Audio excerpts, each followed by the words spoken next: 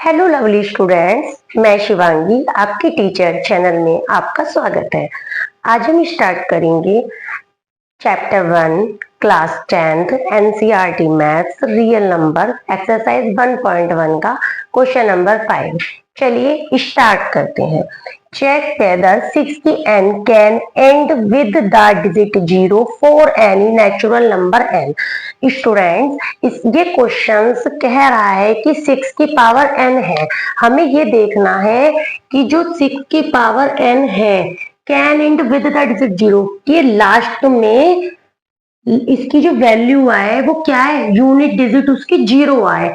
क्या कोई ऐसा नेचुरल नंबर है? n is a natural number. Natural number. अब देखिए स्टूडेंट, यदि हम इफ अब नेचुरल नंबर कौन से होते हैं? नेचुरल नंबर 1 से लेके, है ना, 1 से स्टार्ट होते हैं, 0 तो होती नहीं है नेचुरल नंबर में। यदि हम n इक्वल टू 1 रख दें तो 6 की पावर n को हम क्या कह सकते हैं? 2 मल्टीप्लाई 3 की पावर n इक्वल टू 2 की पावर n मल्टीप्लाई 3 की पावर n। यदि हम n इक्वल टू 1 रख दें एट n इक्वल टू 1 तो इक्वल टू 2 की पावर 1 मल्टीप्लाई 3 की पावर 1, तो 2 इंटू 3 इक्वल टू क्या आ गया? 6। क्या इसकी यूनिट डिजिट 0 है? नहीं है, यूनिट डिजिट इसकी 0 नहीं है। यूनिट डिजिट या एंड पॉइंट्स, बात एक ही है। यूनिट डिजिट इज नॉट 0, ठीक है। अब इफ n इक्वल टू 2 रखें तो 2 मल्टीप्लाई 3 की पावर 2, तो इक्वल टू 2 की पावर 2 मल्टीप्लाई 3 की पावर 2, 2 2 जा 4 मल्टीप्लाई 3 3 जा 9 equal to 36। Unit digit is not 0। Unit digit is not 0। अब देखिए स्टूडेंट्स, इसमें यूनिट डिजिट 0 कब आएगी? देखिए, या तो हम इनमें 5 की मल्टीप्लाई कर दें या फिर हम 10 की मल्टीप्लाई कर दें, लेकिन लीस्ट नंबर, छोटे से छोटा नंबर स्टूडेंट्स यदि है तो ओनली 5 है। देखो 6 1 6, 6 2 12, 6 3 13, 6 5 30। यदि मैं इसमें 5 की मल्टीप्लाई कर दूं तो इसकी यूनिट डिजिट क्या आ जाएगी? 0। यदि मैं इसमें 5 की मल्टीप्लाई कर दूं तो हमारे पास, हम ये बोल सकते हैं कि कोई भी ऐसा नेचुरल नंबर नहीं है कि हम रखें और उसकी वैल्यू क्या आ जाए, इस 6 की पावर n की वैल्यू 0 आ जाए, यूनिट डिजिट इसकी 0। Student, so the only prime is in factorization of 6 की n are equal to 2 into 3, so there is no natural number। No natural number, कोई ऐसा नेचुरल नंबर नहीं है कि हम n की वैल्यू नेचुरल नंबर रखें और उसका एंड पॉइंट 0 आ जाए। तो आपका यही सॉल्यूशन है। Next question, explain why 7 multiply 11 multiply 13 plus 13 and 7 multiply 6 multiply 4 multiply 3 multiply 2 multiply 1 plus 5। Next question, explain why 7 into 11 into 13 plus 13 and 7 into 6 into 5 into 4 into 3 into 2 into 1 plus 5 are composite number. हमें ये बताना है ये और ये student composite number हैं, तो हमें पहले इसको सॉल्यूशन 7 मल्टीप्लाई 11 मल्टीप्लाई 13 प्लस 13, ठीक है। तो हमें क्या करना है स्टूडेंट? इक्वल टू, देखिए कुछ कॉमन है, आप इनकी मल्टीप्लाई करें, 13 जोड़े वो कर सकते हैं या 13 कॉमन ले सकते हैं। तो 7 मल्टीप्लाई 11 प्लस के 1, देखिए 13 कॉमन, 7 मल्टीप्लाई 11 प्लस के 1 इक्वल टू 13 इंटू 11 7 जा 77 प्लस के 1 78, 13 और 78, ठीक है। अब आप बताइए 13 इंटू 78, तो द नंबर इज मल्टीपल। बताइए ये कितने मल्टीपल का है?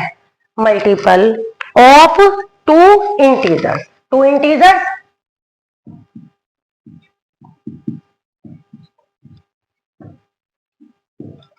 टू इंटीजर्स, ठीक है। अब हमें क्या है कि अब बताइए इसके कितने फैक्टर्स हो सकते हैं, बताइए। देखो 13 से जा रहा है, 2 से भी जा रहा है, 78 से भी जा रहा है, 1 से भी जा रहा है, 39 से भी जा रहा है ना। तो it has more than two factors, it has more than two factors, two factors. और जब मोर देन टू फैक्टर्स होता है, मोर देन टू फैक्टर्स होता है, तो वहां पे स्टूडेंट क्या होता है, कंपोजिट नंबर। जब टू फैक्टर्स होता है तो प्राइम नंबर, और जब मोर देन टू फैक्टर्स होता है तो कंपोजिट नंबर। तो मोर देन तो कैसा है, it is a composite number. ये तो पूछा था कि ये क्या है, कंपोजिट नंबर है। क्यों? क्योंकि जब आप 13 इंटू 78 के फैक्टर्स करोगे, 13 इंटू 78 के फैक्टर्स करोगे, तो देखो 1 2 से जा सकता है ना, 3 से जा सकता है, 13 से जा सकता है, 6 से जा सकता है ना, 39 से जा सकता है, 78। तो क्या आ गया, मोर देन टू फैक्टर्स। तो हम इस तरीके से बोल सकते हैं it is a composite number.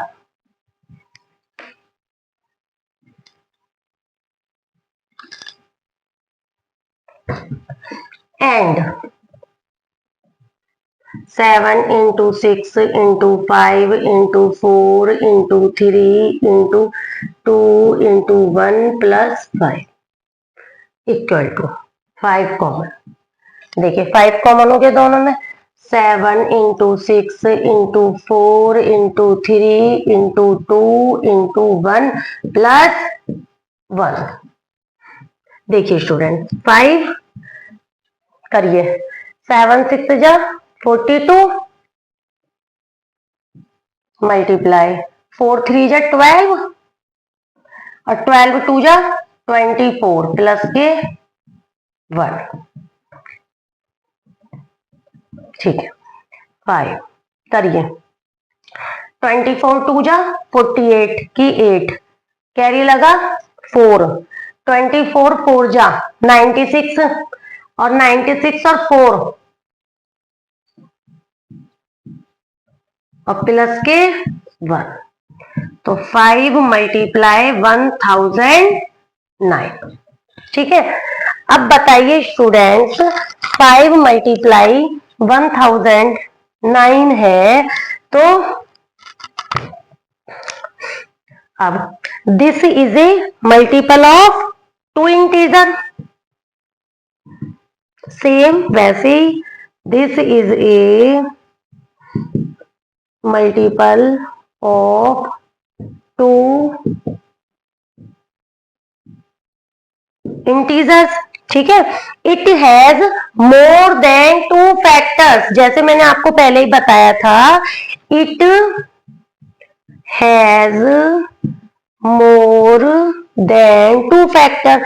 अब मोर देन टू फैक्टर कैसे है वो आपको पता ही है,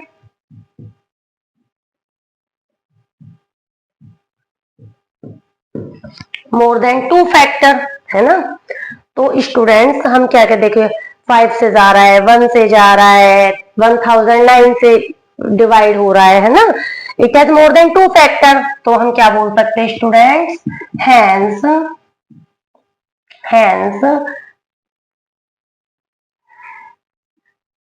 this numbers are composite number. हमने इन दोनों क्वेश्चंस को अलग अलग, दोनों को एंड करके अलग अलग सॉल्व किया। आई होप स्टूडेंट्स आपको क्वेश्चंस के सॉल्यूशन समझ आए होंगे। यदि आपकी कोई क्वेरी है तो आप मुझे कमेंट सेक्शंस में बता सकते हैं। Thank you so much.